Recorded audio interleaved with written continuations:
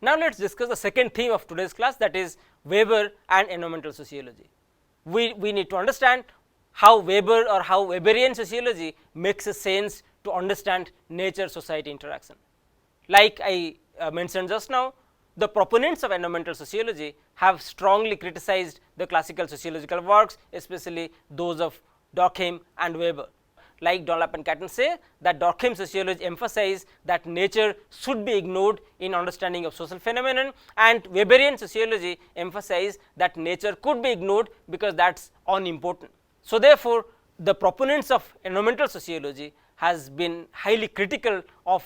Durkheim's and Weber's work in sociology, and environmental critics of classical sociology highlight the decontextualization of humans from the Weberian sociology, or the critics of Weberian sociology, or the critics of the environmental critics of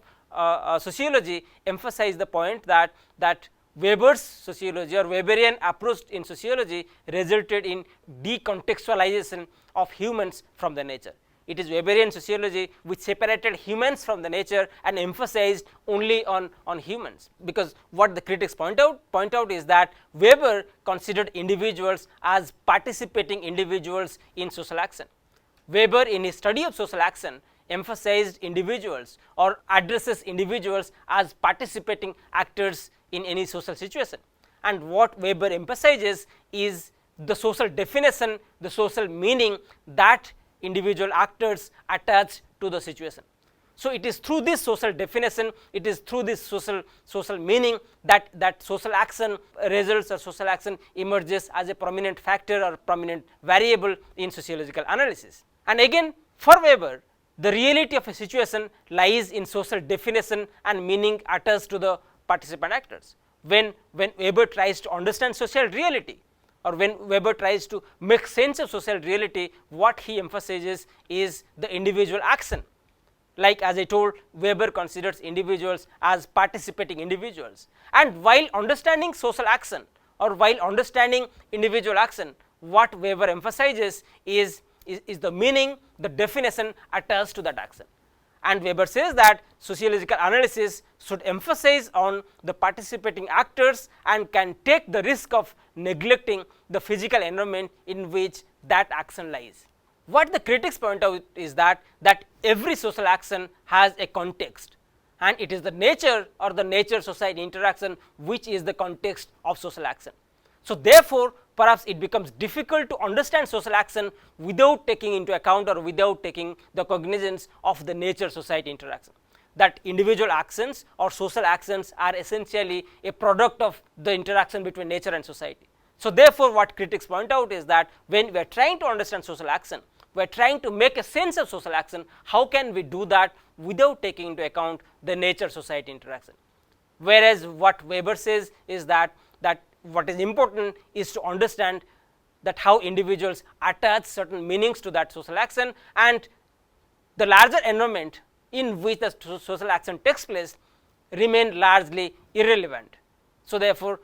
the impact of nature or the impact of environmental factors can be ignored, because what is important is the definition, what is important is the meaning that individuals attach to their action. So, therefore, social actions can be defined, social actions can be comprehended by the process of meaning making, by the way in which individuals attach certain meanings to those actions. So, it is not environmental factors which are relevant, which are important in determining or in explaining social action, rather what is important is the way or the process in which individuals attach certain meanings, individuals make certain definitions of their action. But again, when we reread Weber, when we relook Weber to find that does Weber matter for environmental sociology, or in what way we can make sense of Weberian work to environmental sociology, we may understand or we may come to a conclusion that some of Weberian perspectives has a great relevance in understanding environmental sociology or in understanding nature society interaction. And I am here referring to Weber's concept of rationalization from his work The Economy and Society. We need to understand how Weber defines rationalization, or what is rationalization. Rationalization is a process which focuses on increased scientific knowledge, increased technological knowledge, and the growth of capitalism, formal legal system, bureaucracy, government, and the state. So, therefore, rationalization is a process in which society unfolds itself. It is a process which is an outcome of the modern scientific knowledge, it is an outcome of the modern institution of bureaucracy, it is the outcome of the modern social organization of capitalism. So, therefore, in his work on rationality or in explaining rationality, Weber emphasizes that formal rationality would bring more efficiency in society. So, therefore, these modern social organizations of capitalism, modern social organizations of the formal legal system, modern social organizations like bureaucracy,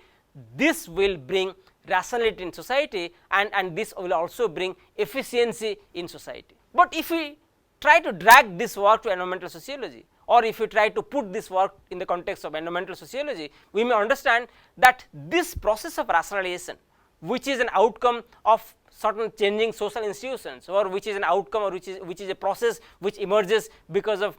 changing social structure. So, this rationalization we need to understand that brings with it a fresh orientation in society where nature exists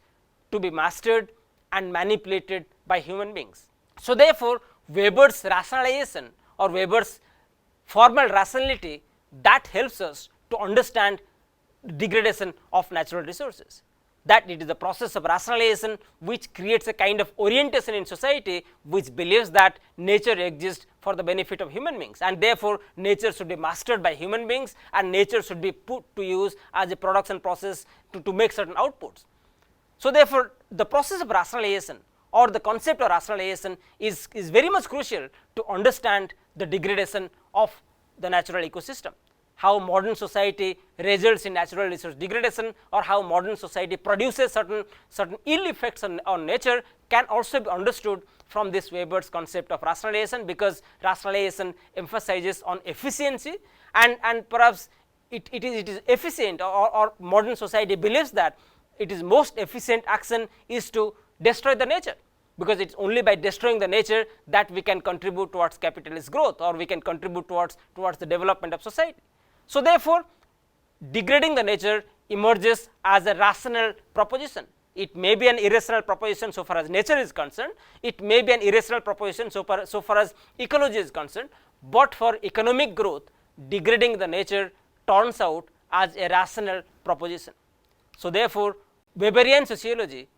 can be re-examined to understand nature-society interaction. Especially Weber's concept of rationality is of great significance, because rationality produces a kind of ideology which views nature in a particular manner, which views nature as a source of raw material, which views nature as an input to be used in the process of output, and it is Weber's sociology or Weber's rationalism which also results in a kind of ideology that perhaps it is rational to degrade the nature in order to continue the economic growth, or in order to continue the process of social growth and evolution. And again, when we see Weber's work on Protestant ethics, or when we see Weber's work on Protestant ethics or Weber's work on capitalism, we also see that Weber's Protestant ethics and spirit of capitalism takes into account certain environmental and natural factors. So, a close read of Weber's Protestant ethics and spirit of capitalism reveals that Weber takes into account the influence of coal and fossil fuels in production of capitalism. When Weber takes the important question that what factors lead to development of capitalism, Weber also mentions about certain sources of energy like coal and fossil fuel. Weber was very clear on the fact that without the development of techniques of use of coal and other fossil fuel, capitalism would have never been able to progress to the stage to which it has reached in the modern world. So, therefore, coming back to Weberian analysis of emergence of capitalism, it is the technology to harness certain resources that is important in production of capitalism, that is important in growth of capitalism. So, therefore, Weber says that capitalism would not have reached its current stage where it is now without this technology to use certain ecological resources, without the technology to use certain energy. So, therefore, Weber's work of Protestant ethics and the spirit of capitalism also becomes important to understand the use of energy, because it is the technology to use certain energy, it is the technology to use certain resources that is relevant for development of capitalism. To summarize the relevance of Weber's work to environmental sociology, we may understand that even though Weber directly does not make any reference of nature society interaction. However, Weberian sociology can be put to use to understand nature and society interaction, especially the process of resource degradation, the process of resource use can be understood in a better way if we take Weberian sociology. So, therefore, Weber's concept of rationalization makes it easy to sociologically understand the process of degradation of natural resources. As I mentioned, that perhaps it becomes rational for the production of capitalism, it becomes rational for the growth of capitalism to destroy the nature. And again, Weber's spirit of capitalism also mentions about certain ecological resources, even though Weber mentions about technology, but Weber mentions the use of technology to harness these sources of energy, and it is this technology to harness the sources of energy like coal and fossil fuel that helps in growth of capitalism. So, therefore, in other words, we may come to a understanding that Weberian sociology or Weberian approach in sociology has a great relevance in understanding the nature society interaction.